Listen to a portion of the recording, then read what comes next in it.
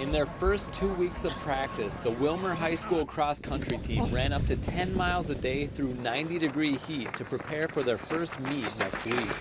We focus on trying to have a good time, but still get after it, and usually good things happen.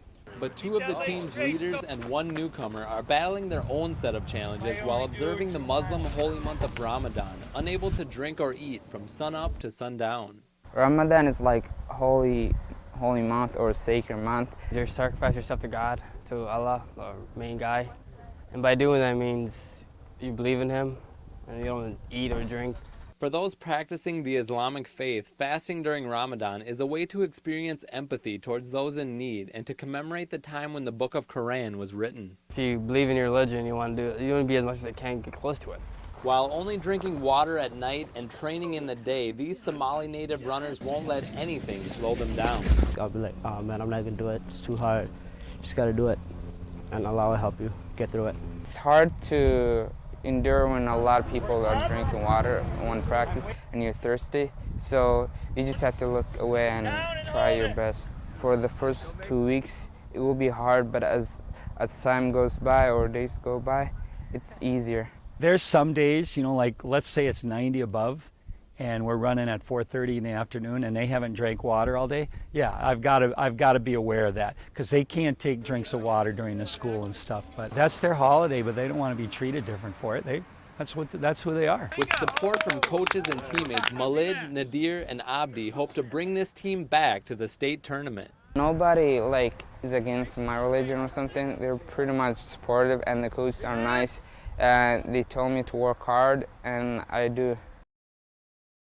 Everybody wants to win a state championship, but some towns just never get the chance, and it'd be great to win one. While millions watched Thanksgiving football at home, the Warriors of Wheaton-Herman Norcross were on their field for one last time, preparing for the biggest game of their lives. This is a one-in-a-lifetime opportunity for us. This is the last time I'll ever play football, probably, so I'm just gotta make it count. In Friday's 9-man state championship game, the Warriors take on the undefeated Edgerton-Ellsworth Flying Dutchmen, who knocked them out of the postseason the last 2 years in a row. We want another shot at them. A lot of these kids have had that feeling in their stomach that, hey, we need to get after these guys. They can throw the ball and they can run the ball, and in 9-man football, if you can do both, you can win, I guess. And they got a good defense too. I think they just got one guy on their team that can catch, and that's it. And we got 50 guys on our team that are good, so they only got one. Right away, the first game of the year, I told them, you guys got to go out there and you got to believe that you can win football games. Well, we have a saying around here that says, we believe that we can win. And before every game, we say that, and all the fans say that when we're playing. And we always talk about don't miss your opportunity, don't miss a tackle. In their first year as a combined program, the 12-1 Warriors head to the Metrodome hoping to bring home their first ever state title. We got a bunch of people from Herman that definitely brought a lot to the table and definitely helped us get to the state finals. We haven't done this before, we've never won state, so bringing home the first one would be really special. In Wheaton, Joe Nelson. Ready! 1, 2, 3! KSAX Eyewitness News. 2 months after a devastating F4 tornado in Wadena, there's still a lot of work to do to get things back to normal. Nolan Johnson's home was severely damaged in the June 17th storm. Last Tuesday our house got totaled, so now it's just a hole in the ground. So I mean, we're renting a house right now, so I mean, at least we have a place to live, a place to call home. And heading into his senior year at the Wadena Deer Creek High School that was ripped apart by the storm, Nolan says he didn't know if there would even be a football team this year. All of our equipment was either out here in a shed or in the basement of the high school, so it was kind of a mixed situation. Are we going to have one, or are we going to have to go to a different school to play football? So it was kind of an open-end question. And after finding out that the team will go on and opening practice Monday, players whose homes were destroyed say they're relieved to get out and play. It's a sweet release, kind of, I guess. Get away from, the facts, I guess. The football and volleyball teams both lost their locker rooms, equipment, and uniforms, and the volleyball team had to move to the elementary school.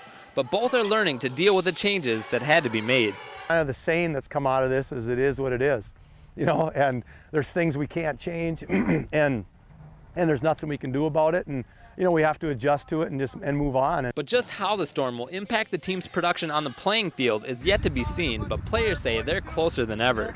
It's really made our team stronger, if anything, and I think it brought all the players together, and we really know that we're a family, basically.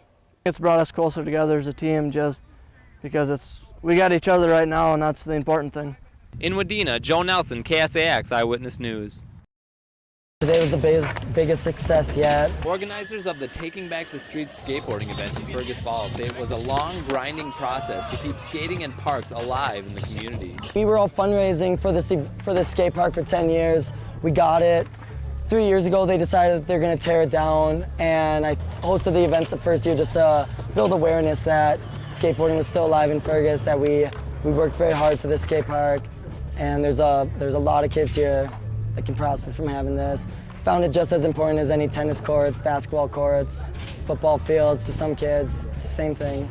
In just 3 years, the event has grown, bringing in teams from Minneapolis, Alexandria, Duluth, and Fargo for competitions, camaraderie, and community support. It brings a kind of a unity to the community, like for your fellow neighbor to meet each other, friends, family members, to get together and have a fun, memorable experience. You can win stuff and people are cheering you on. Really good turnout. I mean, we got moms and parents, and it's awesome. But event creator Dylan Beck says it's all about promoting skating as a positive outlet for young people.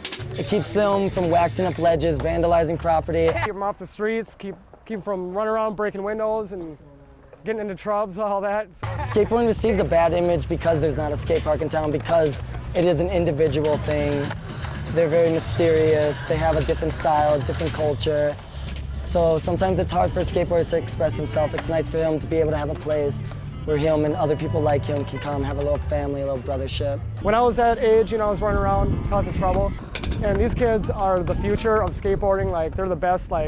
Even now, half of them are better than I am. I've been doing it for 13 years. There's always been a few kids trying to hold skateboarding alive in this town. I like to bring this back here to keep them motivated, keep them progressing, so we can provide a good time.